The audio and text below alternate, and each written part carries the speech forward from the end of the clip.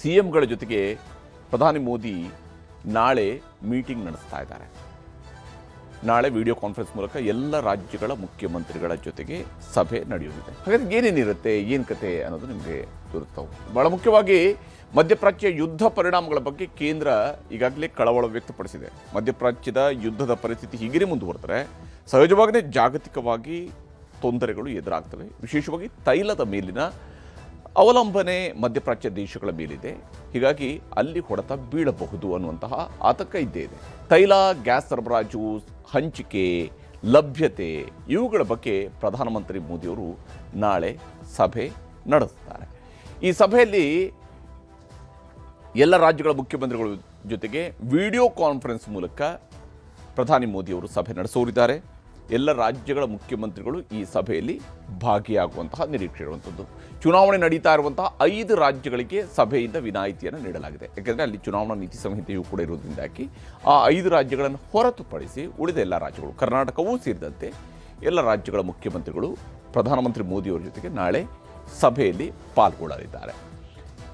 ರಾಜ್ಯಗಳಲ್ಲಿ ಏನೆಲ್ಲ ಸಮಸ್ಯೆಗಳು ಆಗ್ತಾ ಇದ್ದಾವೆ ಮತ್ತು ರಾಜ್ಯಗಳು ಎದುರಿಸ್ತಾ ಇರುವಂತಹ ತೊಂದರೆಗಳು ಏನೇನು ಅನ್ನೋದನ್ನು, ಅದಕ್ಕೆ ಸಂಬಂಧಪಟ್ಟಂತಹ ಮಾಹಿತಿಯನ್ನು ಪ್ರಧಾನಮಂತ್ರಿಯವರು ನಾಳೆ ರಾಜ್ಯಗಳಿಂದ ಸಂಗ್ರಹಿಸ್ತಾರೆ. ಸೊ ದ್ಯಾಟ್ ಸಹಜವಾಗಿ ಅದಕ್ಕೆ ಪರಿಹಾರ ಹುಡುಕುವಂಥ ಒಂದು ಪ್ರಯತ್ನ ಕೇಂದ್ರ ಮಟ್ಟದಿಂದ ನಡೀತಾ ಇದೆ. ಅದನ್ನು ಖುದ್ದು ಮೋದಿಯವರೇ ಮಾಡಿಸ್ತಾ ಇದ್ದಾರೆ.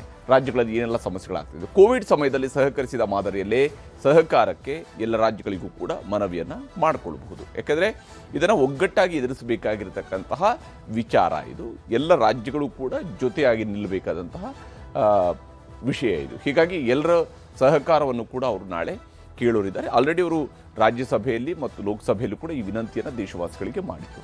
ರಾಜ್ಯ ಸರ್ಕಾರಗಳ ಸಲಹೆಗಳನ್ನು ಕೂಡ ಪ್ರಧಾನಿ ಮೋದಿಯವರು ಪಡೆಯಲಿದ್ದಾರೆ. ಆದರೆ ರಾಜ್ಯಗಳ ಬೇಡಿಕೆಗಳು ಇರ್ತವೆ. ಈಗ ಫಾರ್ ಎಕ್ಸಾಂಪಲ್ ಕರ್ನಾಟಕದಲ್ಲಿ ಕಮರ್ಷಿಯಲ್ ಸಿಲಿಂಡರ್ಗೆ ಇರುವಂತಹ ಬೇಡಿಕೆಗಳು, ಇದರಲ್ಲಿ ನಮಗೆ ನಮ್ಮ ಶೇರ್ ಕರೆಕ್ಟಾಗಿ ಸಿಗಬೇಕು ಅನ್ನುವಂತಹ ನಿಟ್ಟಿನಲ್ಲಿ ರಾಜ್ಯ ಸರ್ಕಾರವು ಕೂಡ ಡಿಮ್ಯಾಂಡನ್ನು ಮಾಡಬಹುದು. ರಾಜ್ಯ ಸರ್ಕಾರಗಳ ಸಲಹೆಗಳನ್ನು ಕೂಡ ಪ್ರಧಾನಮಂತ್ರಿ ಮೋದಿಯವರು ನಾಳೆ ಪಡಿತಾ ಇದ್ದಾರೆ. ಇಲ್ಲಿ ಯುದ್ಧದಿಂದ ದೇಶದಲ್ಲಿ ಆಗ್ತಾ ಇರುವಂತಹ ಪರಿಣಾಮಗಳೇನು ಅನ್ನೋದರ ಬಗ್ಗೆ ಸಿಎಂಗಳ ಜೊತೆಗೆ PM ಮಾತನಾಡಲಿದ್ದಾರೆ. ತೈಲ ಬಿಕ್ಕಟ್ಟಿಗೆ ಸಂಬಂಧಪಟ್ಟಂತೆ ಯುದ್ಧದಿಂದ ದೇಶದಲ್ಲಿ ಆಗ್ತಾ ಇರುವಂತಹ, ದೇಶದ ಮೇಲೆ ಆಗ್ತಾ ಇರುವಂತಹ ಪರಿಣಾಮಗಳು ಏನೇನು ಅನ್ನೋದರ ಬಗ್ಗೆ, ದೇಶದ ಆಂತರಿಕ ಸುರಕ್ಷತೆಗೆ ಹೇಗೆ ಮುನ್ನೆಚ್ಚರಿಕೆಯನ್ನು ವಹಿಸಲಾಗಿದೆ ಅನ್ನೋದರ ಬಗ್ಗೆಯೂ ಕೂಡ ರಾಜ್ಯಗಳ ಜೊತೆಗೆ ಪ್ರಧಾನಮಂತ್ರಿ ಮೋದಿಯವರು ಮಾತುಕತೆಯನ್ನು ನಡೆಸಬಹುದು.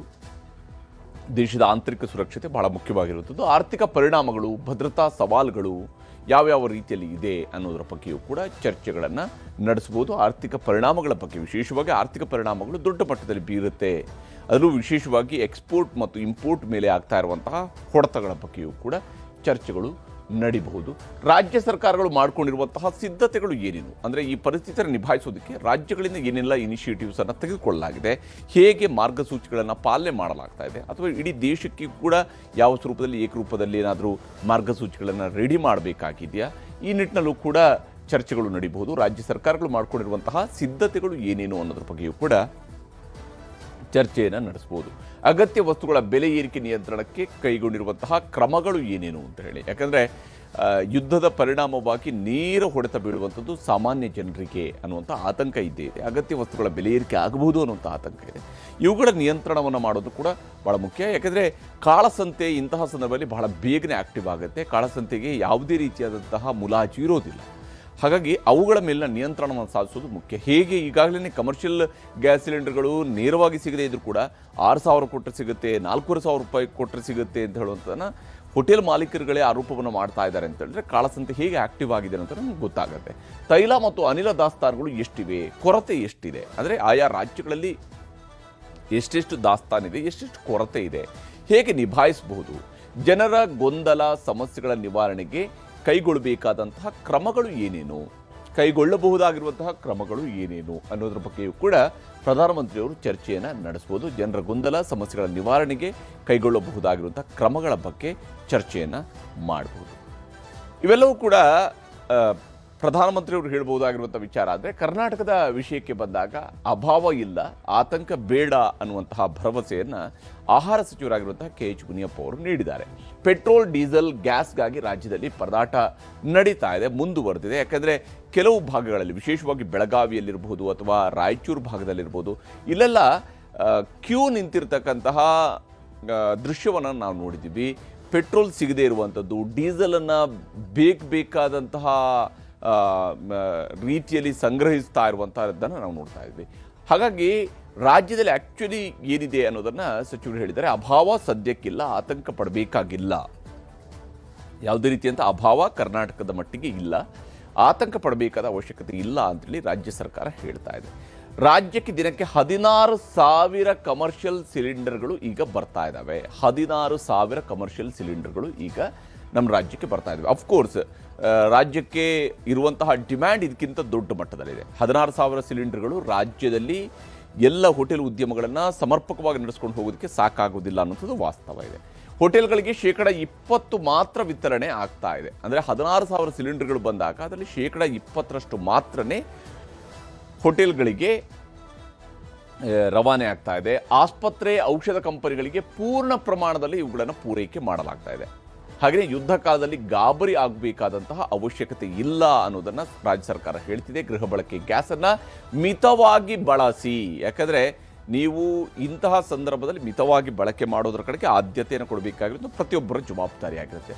ಇರೋದನ್ನು ಹಂಚಿಕೊಳ್ಳುವುದು ಸೂಕ್ತ. ಯಾಕಂದರೆ ನೀವು ಒಬ್ಬರ ಮನೆಯಲ್ಲಿ 30 ದಿವಸ ಬರುವಂತಹ ಗ್ಯಾಸ್ 35 ದಿವಸ ಬಂತು ಅಂದರೆ ಆ 5 ದಿವಸ ಉಳಿಯೋದಿದೆಯಲ್ಲ, ಅದು ಕೂಡ ಬಹಳ ಮುಖ್ಯ ಆಗುತ್ತೆ. ಇಂತಹ ಸಂದರ್ಭದಲ್ಲಿ ಏಜೆನ್ಸಿಗಳ ಮುಂದೆ ಕ್ಯೂ ನಿಲ್ಲೋದು ಬೇಡ ಅನ್ನುವಂಥದ್ದನ್ನು ರಾಜ್ಯ ಸರ್ಕಾರ ಹೇಳ್ತಿದೆ. ಯಾಕಂದರೆ ನಿಮಗೆ ಆನ್ಲೈನ್ ಬುಕ್ಕಿಂಗ್ ಆಗುತ್ತೆ, ನೀವು ಏಜೆನ್ಸಿಗಳ ಮುಂದೆ ಹೋಗಿ ಕ್ಯೂ ನಿಲ್ಲೋದ್ರಿಂದಾಗಿ ನಿಮಗೆ ಗ್ಯಾಸ್ ಡಿಸ್ಟ್ರಿಬ್ಯೂಷನ್ ಆಗಲ್ಲ.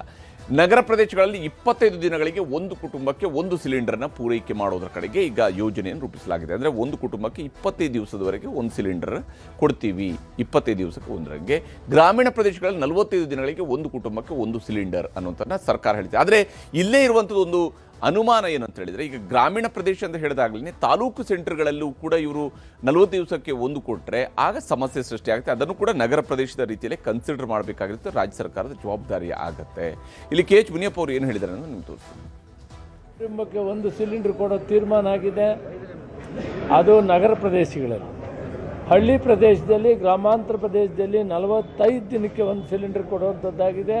ಅದು ಸ್ಟ್ಯಾಂಡರ್ಡ್ ಮೊದಲಿಂದ ಬರೆದು ಒಂದು ಕುಟುಂಬಕ್ಕೆ 4 ರಿಂದ 5 ಜನ ಇರ್ತಾರೆ, ಅದನ್ನು ಆಧಾರ ಇಟ್ಕೊಂಡು ಇದನ್ನು ಕೊಡ್ತಾರೆ. ಜೊತೆಗೆ ನಾನು ಸಾರ್ವಜನಿಕರಲ್ಲಿ, ಗ್ರಾಹಕರಲ್ಲಿ ಮನವಿ ಮಾಡ್ತೀನಿ, ಕಷ್ಟಕಾಲ, ಯುದ್ಧ ನಡೀತಾ ಇದೆ, ಯುದ್ಧ ಇನ್ನೂ ಸಂಪೂರ್ಣವಾಗಿ ನಿಂತಿಲ್ಲ, ಮಾತುಕತೆ ನಡೀತಾ ಇದೆ. ಕೇಂದ್ರ ಸರ್ಕಾರ ಅದರ ಬಗ್ಗೆ ಕಾಳಜಿ ವಹಿಸಿದೆ. ನಾನು ತಮ್ಮಲ್ಲಿ ಮನವಿ ಮಾಡೋದೇನೆಂದರೆ, ಇಂತಹ ಸಂದರ್ಭದಲ್ಲಿ ಮಿತಿವ್ಯಯ ಮಾಡಬೇಕು ಮತ್ತು ಶಾಂತವಾಗಿ ಬಂದಿರೋದನ್ನು ಹಂಚಿಕೊಳ್ಬೇಕು. ಸಚಿವರು ಕೂಡ ಬಹಳ ವ್ಯವಸ್ಥಿತವಾಗಿ ಜನರಿಗೆ ಒಂದು ಮನವರಿಕೆ ಮಾಡುವಂತಹ ಪ್ರಯತ್ನವನ್ನು ಮಾಡ್ತಾ ಇದ್ದಾರೆ. ಪರಿಸ್ಥಿತಿಯನ್ನು ನಿಭಾಯಿಸುವುದು ಈಗ ಬಹಳ ಮುಖ್ಯ ಅನ್ನುವಂಥದ್ದನ್ನು ಆಹಾರ ಸಚಿವರು ಕೂಡ ಹೇಳ್ತಾ ಇರುವಂಥದ್ದು.